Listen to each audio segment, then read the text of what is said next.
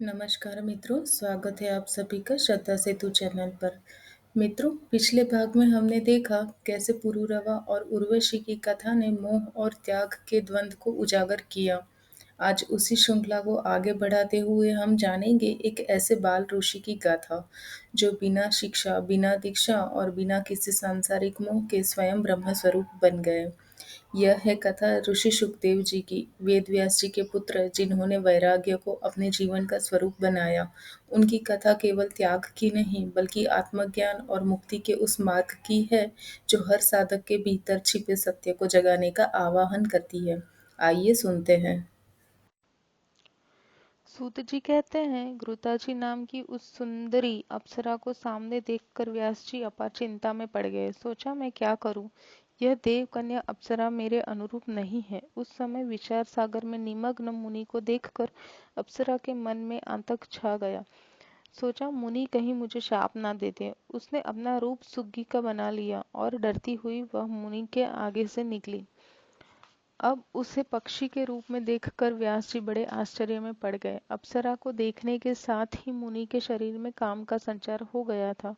उस समय अग्नि प्रकट करने के विचार से व्यास जी काष्ठ मंथन कर रहे थे। अकस्मात उस लकड़ी पर ही उनका वीर्य गिर पड़ा, पर वे काष्ठ मंथन करते ही रहे। मुनि के उस अमोघ वीर्य से सुखदेव जी का आविर्भाव हो गया। व्यास जी के समान ही सुखदेव जी की बड़ी भव्य आकृति थी। काष्ठ से उत्पन्न हुए इस बालक ने व्यास जी के मन को आश्चर्यचकित कर दिया।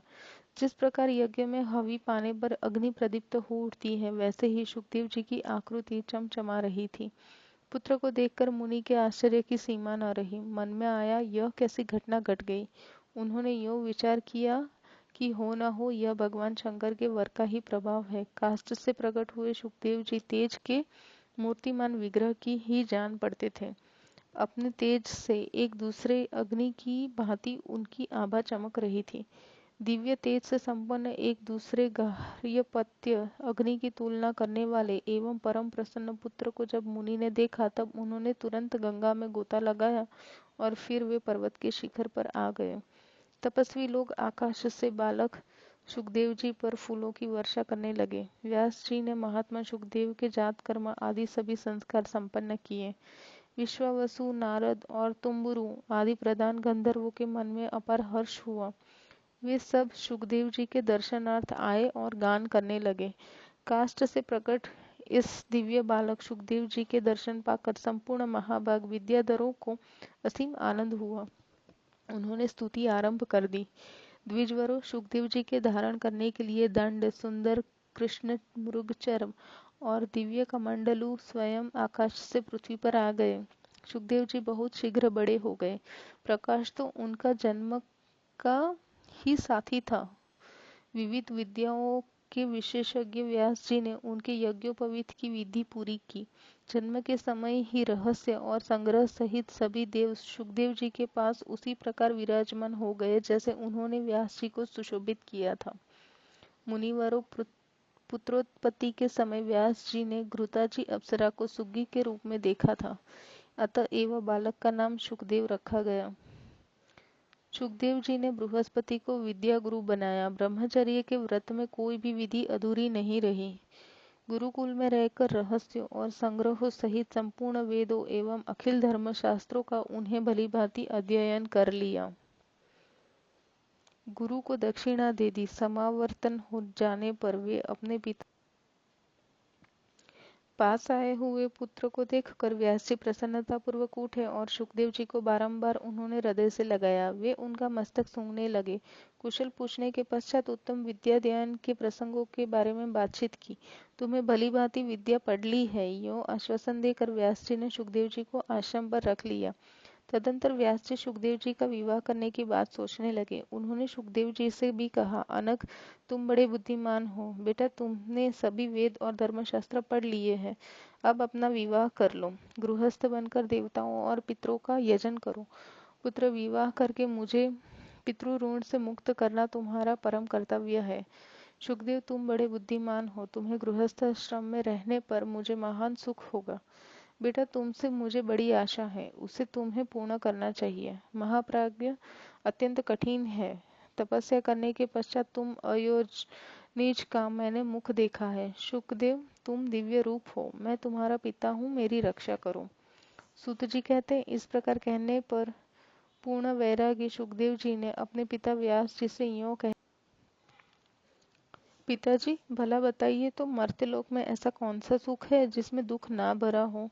पंडित जन ऐसे सुख को सुख नहीं कहते हैं। महाभाग, विवाह कर लेने पर मैं स्त्री के वश में हो जाऊंगा। पराधीन हो जाने पर, विशेषतः जब स्त्री मुझे अपने काबू में कर लेगी, तब मेरे लिए कौन सा सुख रह जाएगा। संभव है लोहे और काष्ठ के यंत्र से झगड़ा हुआ मनुष्य कभी छूट भी जाए, किंतु स्त्री पुत्रमयी श्रृंखला से बांध जाने पर तो वह किसी प्रकार भी मुक्त नहीं हो सकता। द्विजवर, विष्ठा और मूत्र से शरीर की रचना होती है, स्त्रियों का भी तो वही शरीर है। फिर सत सत का विचार रखने वाला कौन ऐसा पुरुष है जिसमें ऐसे शरीर से प्रीति जोड़ने की इच्छा जागृत हो। विप्रश्री, मैं अयोनिज हूँ, फिर योनि में फंसाने वाली मेरी बुद्धि हो भी कैसे। भविष्य में भी मुझे किसी योनि में जन्म लेना पड़े, यह मैं नहीं चाहता। परमात्मा विषयक अद्भुत सुख का त्याग करके विष्ठा में घृणित सुख भोगने की इच्छा ही मैं क्यों करूं। आत्मा में आनंद का अनुभव करने वाले पुरुष लौकिक सुख के लिए लालायित नहीं होते। मैंने सर्वप्रथम वेदों का अध्ययन करके उन पर विचार किया, किंतु शांति न मिली, क्योंकि कर्मयोग में प्रवृत्ति कराने के लिए वे वेद भी हिंसा के ही समर्थक सिद्ध हुए। मैंने बृहस्पति जी को गुरु बनाया, परंतु उन पर भी गृहस्थमय समुद्र की लहरें निरंतर लहराती रही। तब वे कैसे मेरा उद्धार कर सकते थे। जिस प्रकार किसी वैद्य को स्वयं रोग लग सकता है और वह दूसरे की चिकित्सा करने लगे, ठीक यही हालत मेरे गुरुजी की है। वे स्वयं मुक्ति की बात देखते रहते हैं। अहो, यह गृहस्थ्य जीवन कितना अंधकारमय है। गुरुदेव के चरणों में मस्तक झुकाकर मैं अपनी शरण में आया हूँ। काल रूपी विषैले व्याल से मेरा कलेजा कांप रहा है। आप तत्व क्या ज्ञान देखकर मेरी रक्षा कीजिए। इस अंधकारपूर्ण संसार में मैं नक्षत्र मंडल के समान निरंतर चक्कर काटता रहा। जैसे भुवन भास्कर दिन रात कहीं भी नहीं ठहरते, वैसे ही मेरे विश्राम का कोई स्थान नहीं था। पिताजी, स्वयं वस्तु स्थिति पर विचार किया जाए तो संसार में कौन सा सुख है। अज्ञानी जन भले ही सुख माने, वे तो वैसे ही है जैसे विष्ठा के कीड़े विष्ठा में ही सुख मानते हैं। जो वेद शास्त्रों का अध्ययन करके भी संसार में रचे पचे रहते हैं, उनसे बढ़कर दूसरा कोई मूर्ख ही नहीं है। कुत्ते, गधे और घोड़े के समान उनका जन्म व्यर्थ है। जिसे दुर्लभ मानव जीवन मिल गया और वेद शास्त्र के अध्ययन की सुविधा प्राप्त हो गई, तब भी यदि वह मानव संसार में ही बंधा रहे तो दूसरा कौन मुक्त हो सकेगा। स्त्री त्रिगुणमयी माया है। जगत में विद्वान, विवेकी और शास्त्र का परागामी कहलाने वाला अधिकारी वही है जिसके पैर इस नारीमयी श्रृंखला से मुक्त रहते हैं। बंधन को सुदृढ़ करने वाला अध्ययन व्यर्थ है। अतः अब मुझे वही पढ़ना चाहिए जो मुझे इस भवपाश से मुक्त कर सके। पुरुष को सदा फंसाए रहने के कारण ही तो गृह को ग्रह कहते हैं। पिताजी, बंधन की सामग्री से ओतप्रोत गृह में सुख कहाँ है। गृहस्थ जीवन से मेरा मन भयभीत हो रहा है।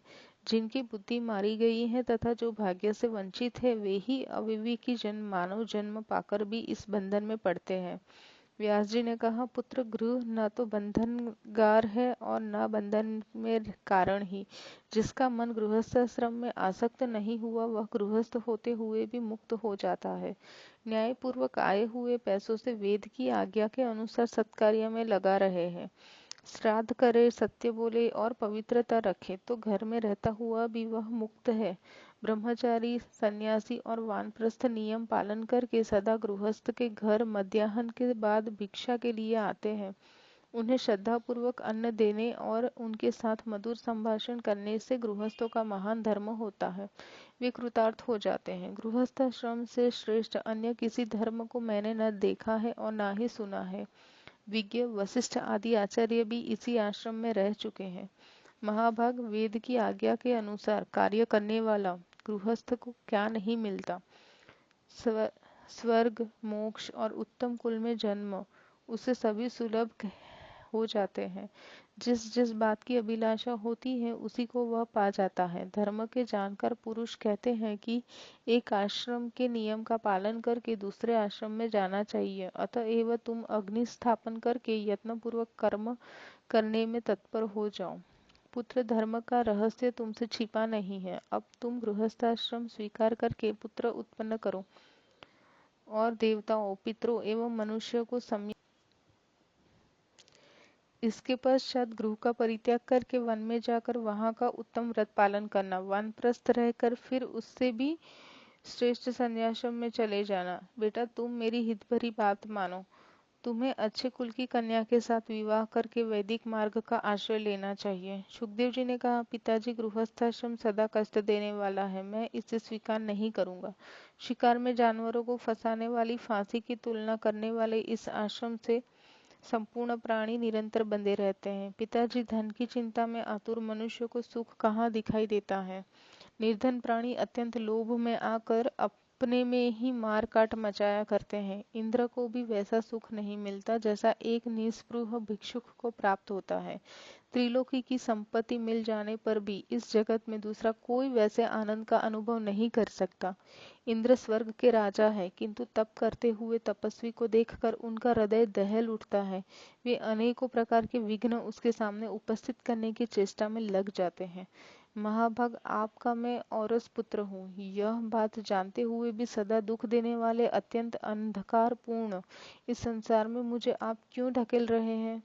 पिताजी, जन्म के समय बुढ़ापे में मृत्यु काल उपस्थित हो जाने पर तथा विष्ठा एवं मूत्र से व्याप्त गर्भ में रहने पर बारंबार दुख ही दुख तो भोगना पड़ता है। तृष्णा और लालच से होने वाला दुख इससे भी अधिक कष्टप्रद है। मानद मरण से भी बढ़कर दुख वह है जो किसी से याचना की जाए। पिताजी, बड़ा परिवार हो जाने पर स्त्री, पुत्र और पौत्र आदि सभी परिजन दुख की पूर्ति के साधन ही होते हैं। फिर अद्भुत सुख कहाँ है। पिताजी, सुखी बनाने वाले योग शास्त्र एवं ज्ञान शास्त्र है, उन्हीं की व्याख्या मुझे सुनाइए। अनेकों कर्म कांड है, परंतु उनमें मेरा मन कभी नहीं लगता। प्रारब्ध, संचित और वर्तमान, ये 3 प्रकार के अविद्याजन्य कर्म है। जिससे इन सब का अभाव हो जाए, वही उपाय बताने की कृपा कीजिए। सूत जी कहते हैं, इस प्रकार से विविध वचन सुखदेव जी के मुख से निकले। उन्हें सुनकर व्यास जी का मन चिंता की लहरों में डूब गया। अब किस निश्चिंत मार्ग पर चलूं, वे यूं सोचने लगे। पिताजी शोकाकुल है, इनकी दशा दयनीय हो चुकी है। यो देखकर सुखदेव जी की आंखों में आश्चर्य भर गया। वे कहने लगे, ओह, माया का बाल सरोपरी है। तभी तो वेदांत की रचना करने वाले सर्वज्ञ एवं वेद के समान प्रमाणित वचन कहने वाले पंडित भी इसके प्रभाव से अपनी सत्ता खो बैठते हैं। समझ में नहीं आता वह कौन सी माया है। अहो, बहुत दुस्तर प्रतीत हो रही है। जिनके चंगुल में सत्यवती नंदन व्यास जी इतने विद्वान होते हुए भी फंस गए हैं, जो पुराणों के वक्ता है, जिन्होंने महाभारत की रचना की है तथा जिनके द्वारा वेद विभाजित हुए हैं, वे भी मोहित हो गए हैं। अतः जगत को मोहित करने वाली उन माया देवी की मैं शरण ग्रहण करता हूँ। धाता, विधाता और रुद्रादि देवता भी जब माया देवी के फंदे में फंस चुके हैं, तब त्रिलोकी में कौन ऐसा है जो उसके प्रभाव से मुक्त रह जाए। निश्चय ही भगवती माया का बल और पराक्रम महान आश्चर्यजनक है। तभी तो सर्वज्ञान संपन्न एवं अपार शक्तिशाली श्री विष्णु भी योग माया से अलग नहीं रहते। व्यास जी को भगवान विष्णु का अंशावतार माना जाता है, फिर भी मोह के उमड़े समुद्र में वे इस प्रकार गोता खा रहे हैं, जैसे नाव फट जाने पर व्यापारी डूब रहा हो। अपनी सत्ता खोए हुए साधारण मनुष्य की भांति आज इनके नेत्रों से जल गिर रहा है, क्योंकि सदस्य विवेकी जन भी इसे नहीं हटा सकते हैं। ये कौन है, मैं कौन हूँ और ये कहाँ से आया है, यह कैसा विचित्र भ्रम है। यह शरीर 5 तत्वों से बना है। इसमें पिता, पुत्र आदि का व्यवहार ही तो वासना है। मायावियों को भी मोह में डालने वाली यह माया निश्चय ही असीम शक्तिमान संपन्न है, जिसके प्रभाव से प्रभावित हो जाने के कारण इन ब्राह्मण देवता व्यास जी के नेत्रों से भी आंसू झर रहे हैं। सूत जी कहते हैं, योग माया संपूर्ण कारणों की भी कारण है। सभी देवता उन्हीं से प्रकट हुए हैं। ब्रह्मा आदि पर भी उनका शासन चलता है। सुखदेव जी ने उन भगवती योग माया को मानसिक प्रणाम किया। पिता व्यास जी की दयनीय दशा हो गई थी। वे शोक रूपी समुद्र में डूब रहे थे। कारण सामने रखते हुए सुखदेव जी उनसे कल्याणकारी वचन कहने लगे। महाभाग, आप पराशर जी के औरस पुत्र हैं। स्वयं सबको ज्ञान देना आपका स्वभाव ही है। भगवान, फिर आप साधारण अज्ञानी जन की भांति क्यों शोक कर रहे हैं? महाभाग, आज मैं आपका पुत्र हूँ। पता नहीं पूर्व जन्म में मैं कौन था और आप कौन थे। महान पुरुष इस भ्रम के चक्कर में क्यों पड़े? महामते, आप धैर्यपूर्वक विवेक का अनुसरण कीजिए। विषाद में मन को म्लान करना अनुचित है। इस पिता पुत्र आदि व्यवहार को मुंह जाल मानकर आप शोक करना छोड़ दें। मुने, आप बड़े बुद्धिमान एवं ज्योतिष शास्त्र के ज्ञाता हैं। अपनी विवेक शक्ति से मेरा अज्ञान दूर कीजिए, जिससे मैं गर्भवास के भय से सदा के लिए मुक्त हो जाऊं। अनघ, यह जगत कर्म भूमि है। इससे मनुष्य का जन्म पाना सबको सुलभ नहीं होता। फिर यदि उत्तम कुल में ब्राह्मण के घर जन्म हो जाए, यह तो बड़ा ही दुर्लभ है। मैं अपने को बंधा हुआ मानता हूँ। मेरी यह धारणा चित्त से अलग नहीं हो पाती। जब बुद्धि जगत के जाल में फंस जाती है, तब वृद्ध पुरुष ही उसके उद्धारक होते हैं। सूत जी कहते हैं, सुखदेव जी में असीम बुद्धि थी। उनका वेश शांत था। वे मानसिक सन्यासी हो चुके थे। ऐसे सुयोग्य पुत्र के उपर्युक्त बातें कहने पर व्यास जी बोले, पुत्र, तुम बड़े भाग्यशाली हो। मैंने देवी भागवत की रचना की है। इसका अध्ययन करो। वेद तुल्य इस पावन पुराण की संक्षिप्त रूप से रचना हुई है। 5 लक्षणों से सुसंपन्न इस पुराण में 12 स्कंद है।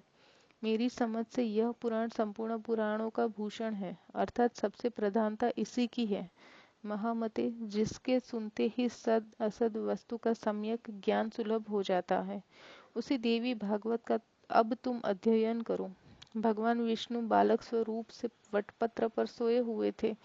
सोचने लगे, मैं क्यों बालक बना? किस चेतन पुरुष ने मेरी यह स्थिति कर दी? किस कार्य का संपादन करने के लिए मैं रचा गया हूँ?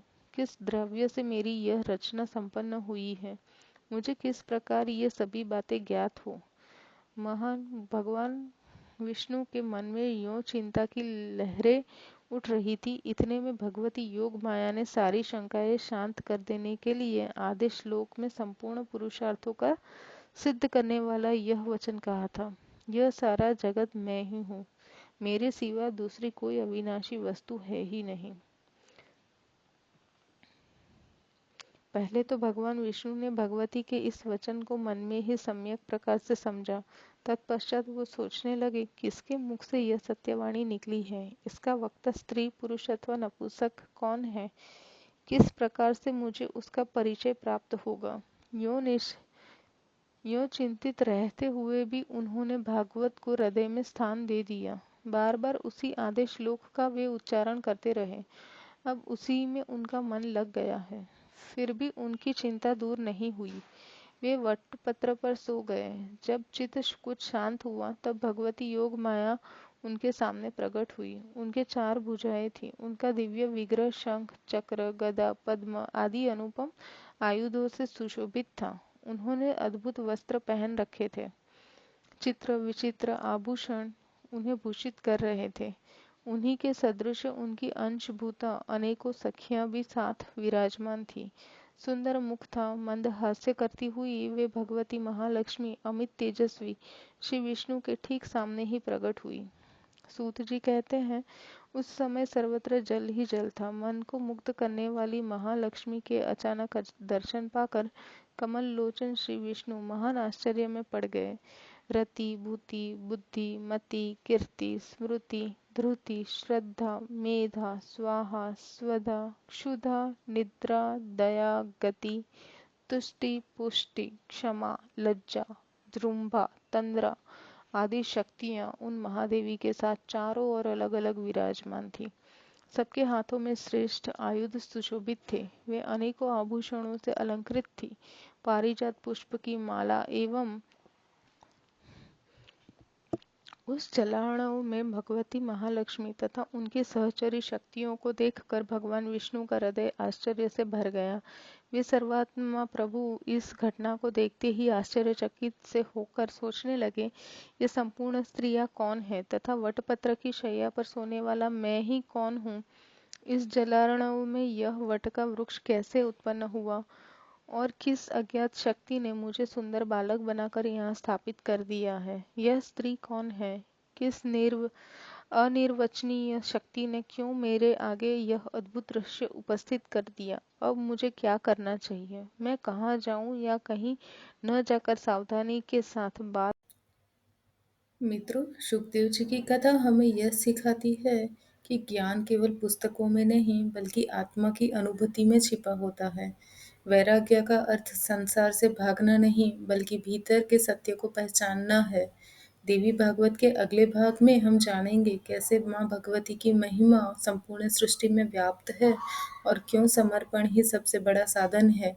अगर आपको यह कथा पसंद आई हो तो इसे लाइक करें, शेयर करें और श्रद्धा सेतु चैनल को सब्सक्राइब करें, जहां भक्ति और ज्ञान मिलकर बनाते हैं श्रद्धा सेतु, आस्था का पुल, जो आज की दुनिया में हमें सांसारिक जीवन में रह के भी माँ भगवती से जोड़ता है।